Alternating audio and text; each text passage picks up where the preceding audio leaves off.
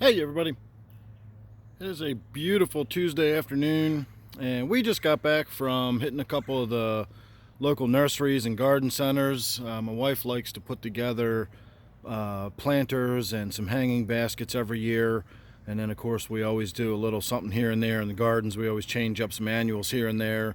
So I thought we'd do another yard tour today. This time of year it changes fast, so it's worth keeping up on it every week or so at the very least. And today I don't think we're going to go around and do a whole tour so much as we are just going to hit some of the highlights and some of the nicer, prettier stuff that's starting to flower. So this area here is what we refer to as the rock garden, despite the fact that it's not actually a rock garden.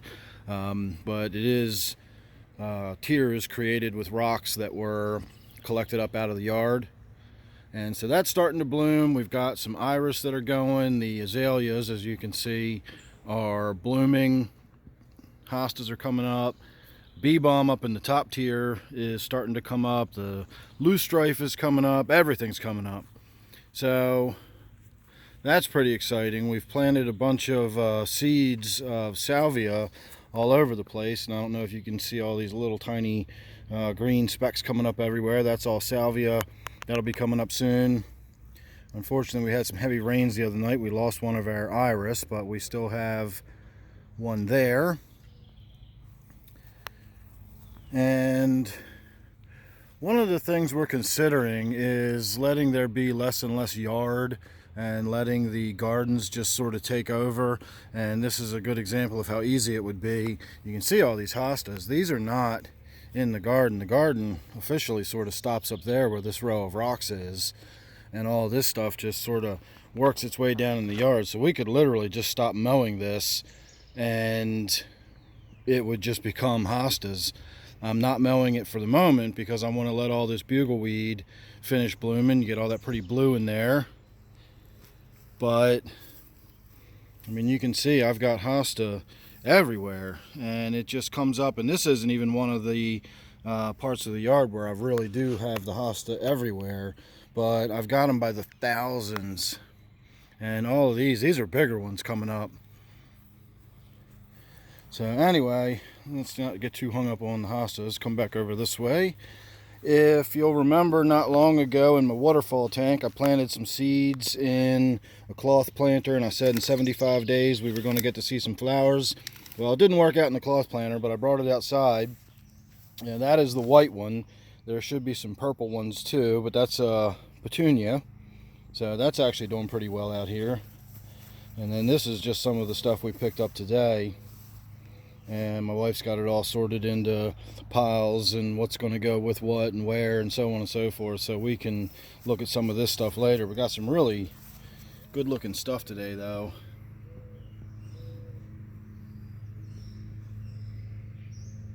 Some of these I've never seen before, but they're going to make bright, pretty additions to the planters. And so you see, here's some of the planters that are still empty. And then of course over on the potter's bench we've got more of them.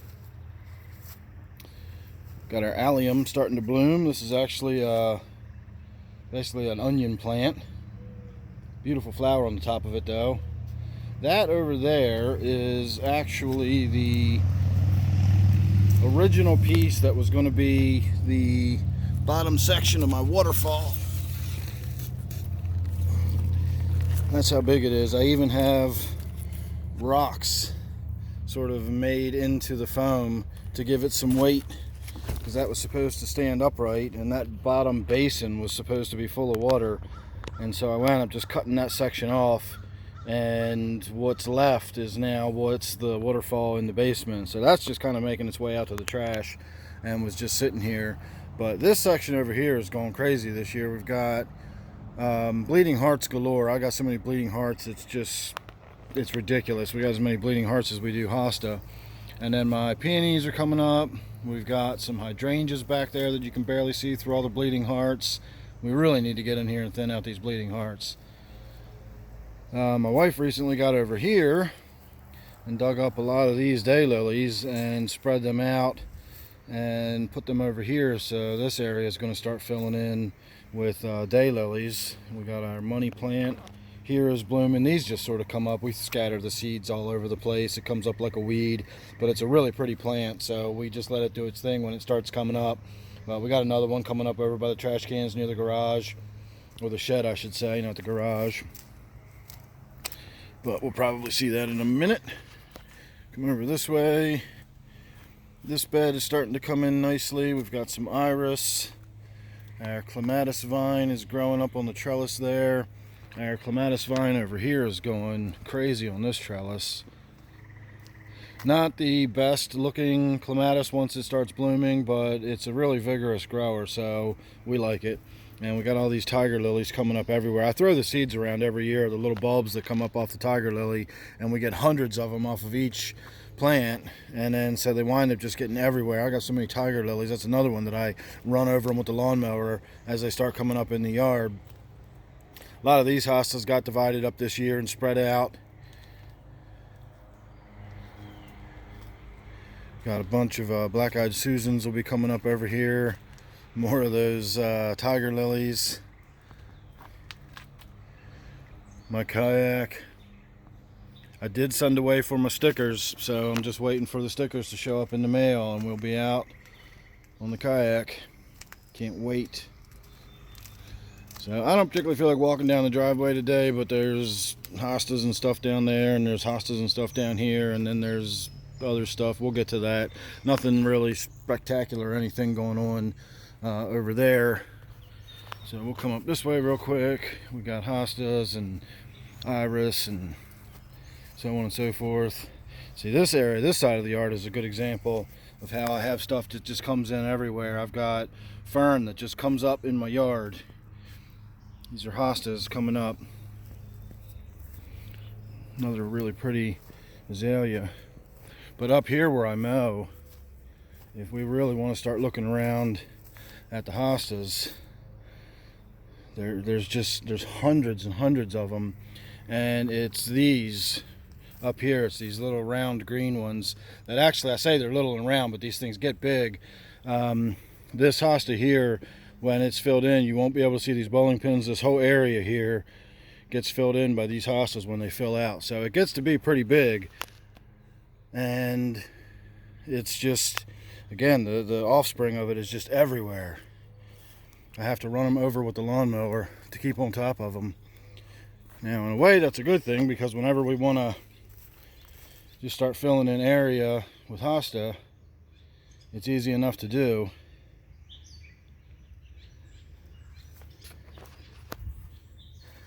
So we'll come up here. Looks like the wife has been up here doing some work. This is another good example of where I've got a lot of hosta. I haven't even mowed back there yet, but I normally mow through here. That gets run over with the lawnmower, and I go back and all of this gets mowed. That's all hostas coming up everywhere.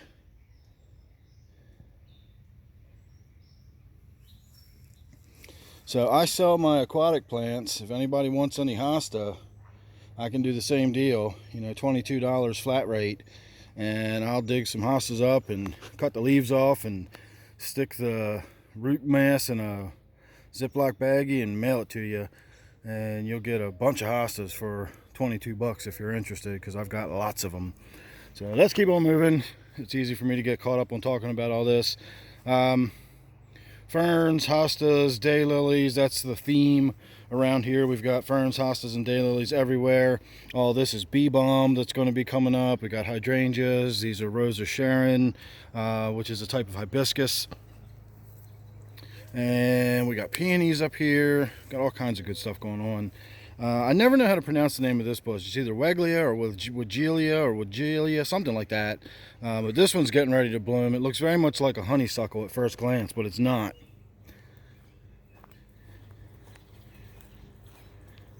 See, this is another one of those hostas that I have, we were just talking about. So they get really big. I really need to get up here and do something about trimming these back. I actually just got up here not long ago and trimmed them way back, and you can see they're already big. These are burning bushes, so come autumn time they'll turn vibrant red. They're amazing in the autumn. So we got lots and lots of coral bells is another one we grow. Astilbe is another one we have a lot of.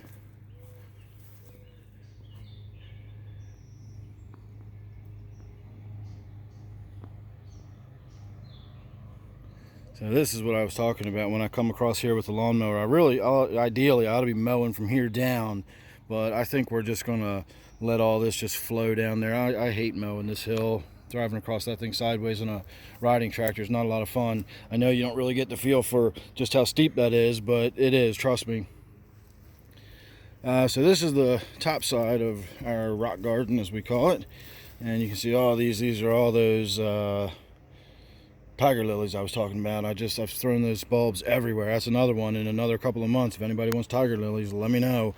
I'll put my email down below, and you can contact me about any of this kind of stuff if you're interested. All this stuff is gooseneck loosestrife. It's a really pretty plant, but it's really, really aggressive. It just grows like crazy, and of course I keep it in check by mowing it. My lawnmower is like my favorite garden tool. So these are those bearded iris that we were seeing from down there. You can see some of them are already past, but these are really pretty. And of course this is the close-up of the azaleas. So moving over this side of the yard, not a lot going on. I do have one plant coming up here that I want to show you. I've been purposely driving around this on the lawnmower. These are native to this area, and this is a trillium. You can see my bamboo is starting to come up. That'll come up all over the yard. So that is a trillium, and there are 3 different flavors of this. One is pink, one is a deep red like this, and I'm not sure about the other one, but it's a really weird looking plant, and it attracts flies rather than normal bees and butterflies. It doesn't really attract desirable insects that you'd want to see, but it's a really cool plant, and we have several of them. I'm just kind of surprised that one came up in the middle of the yard like that. So let's go in this one from the top side over here. We have several paths through this garden. So this was actually a rescue azalea, and it was just like a little twig when we got it, with like one little green leaf left on it. And we stuck it in the ground and said, what the heck, let's see what happens. And so it's come back quite nicely. It's a little past its prime now, but it's absolutely beautiful color. So we're really happy we took the chance on that one. See, I even have dogwoods. These are dogwood trees. I have them coming up like weeds all around the yard. Burning bushes. I have burning bushes that come up like weeds. All of this is Solomon seal. We got a bunch of Solomon seal. See, that's a little dogwood tree right there that I just never got around to cutting down, and now we've got a little dogwood growing right there. So if we come in this end, we've got a little bit of stuff that goes over that way, and if you can see the fence over there, that's the edge of our property. That's where it stops. So we kind of don't really do anything back there. It just sort of peters out right here. Here's more of those hostas. You can see again, they get quite large. These are 2 of our favorite hostas. I'm not sure which is which anymore, but we've got the Enterprise, and the other one is James T. Kirk, I believe. It's just kind of a little nerd joke, but we planted them side by side over here. See, and this is some of the Astilbe I was talking about. We have a lot of the Astilbe going on. There's more Astilbe here. This is a big Astilbe here. This is one. If we come over this way, we have a really nice, this is a new one. This is a chocolate Astilbe. And we just got this one in last year, and it came back really well. It looks really good. And so we've got coral bells, more bleeding hearts than I can shake a stick at. This whole area in here actually used to be bleeding hearts, and we just tore it all out. So we'd have room to plant some other stuff. We're just tired of the bleeding hearts everywhere. Got lots and lots of fern. We've got the Japanese painted. We've got autumn fern. We've got different kinds of, I believe this is some sort of Korean fern. And then we have the maidenhair fern. More Astilbe. This is Christmas fern over here. This is an evergreen fern. More of the painted fern down here.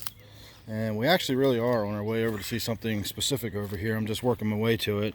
More of the Solomon seal, and of course, bleeding hearts everywhere.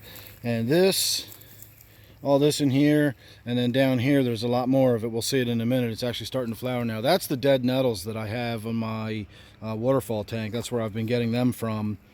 And over here is where the other trillium are. So we'll get to that in a minute. I don't want to get ahead of myself. So this little section has more Astilbe. There's some more Astilbe. So again, you get the idea. Lots of different types of Astilbe. Now these are all different too. We get, we're always buying different types of Astilbe. We're always buying different coral bells. We're always buying different ferns, different hostas. We mix it up. So we've just got tons and tons of stuff going on over here.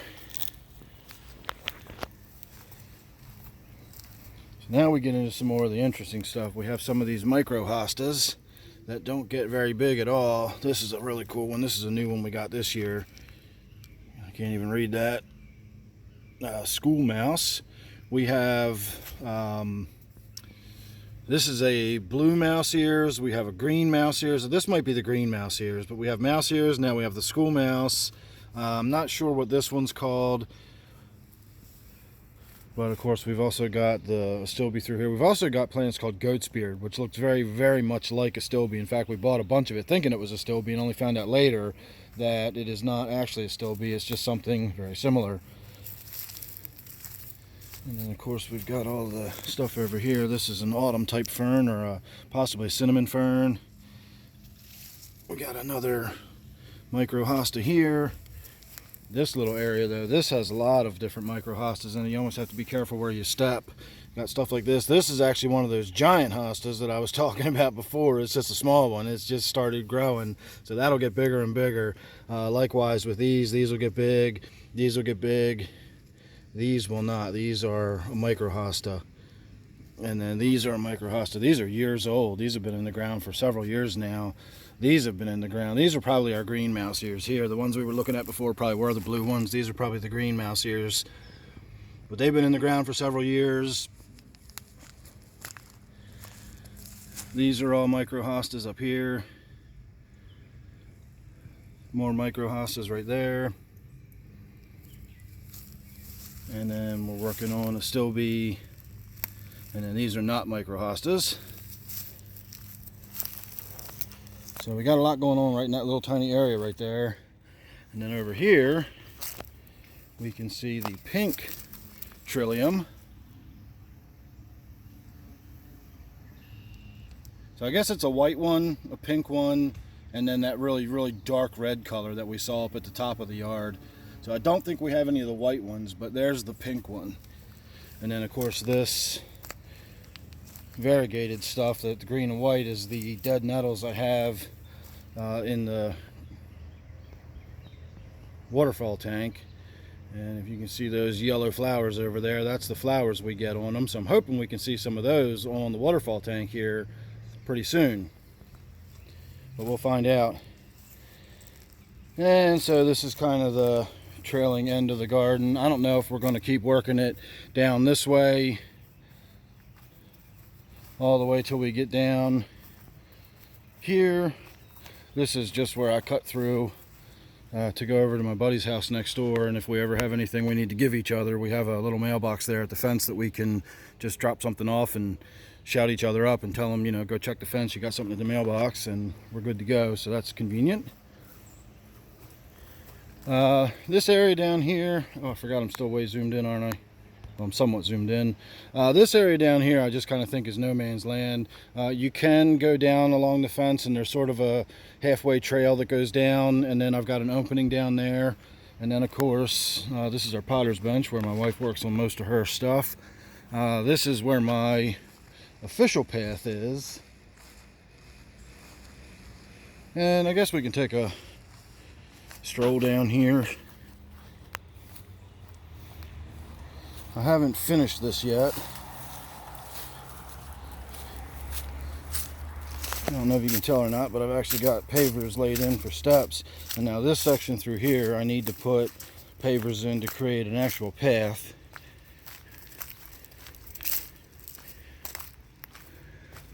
And so there's basically, if we went through there up to the fence and we'd come out up by where that mailbox was up that way, and then all this is just, like I said, it's just kind of no man's land. There's just nothing there. It's just woodsy. But if I follow my little steps down here,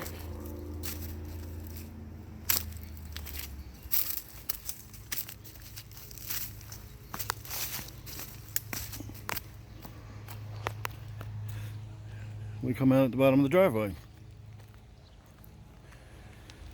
I always like the look of the afternoon sun sparkling off the stream over there. That's my little Murphy Run that I like to go fishing in. Of course, all I ever catch is little minnows and creek chubs and whatnot, little baby fish. They barely amount to the size that I'd use as bait elsewhere, but they're fun to catch. So that's a quick look around what the bottom of my driveway looks like.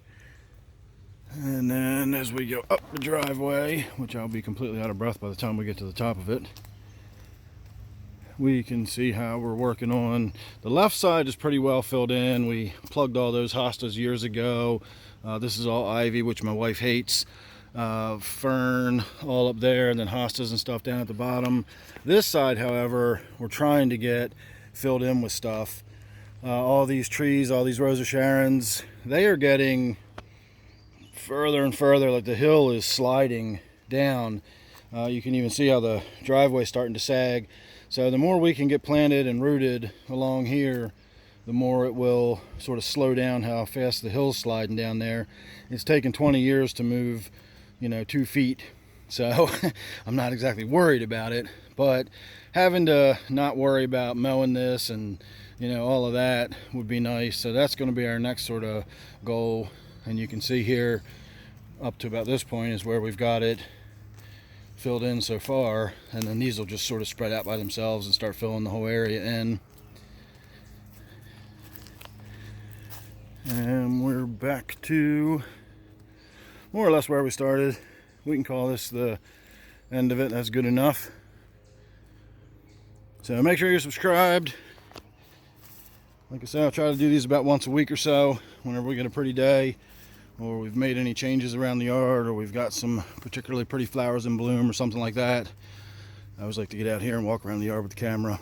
So thanks for watching. As I said, make sure you're subscribed. And I do have an entire playlist of my yard tours. So thanks again, and I'll see you real soon in the next one.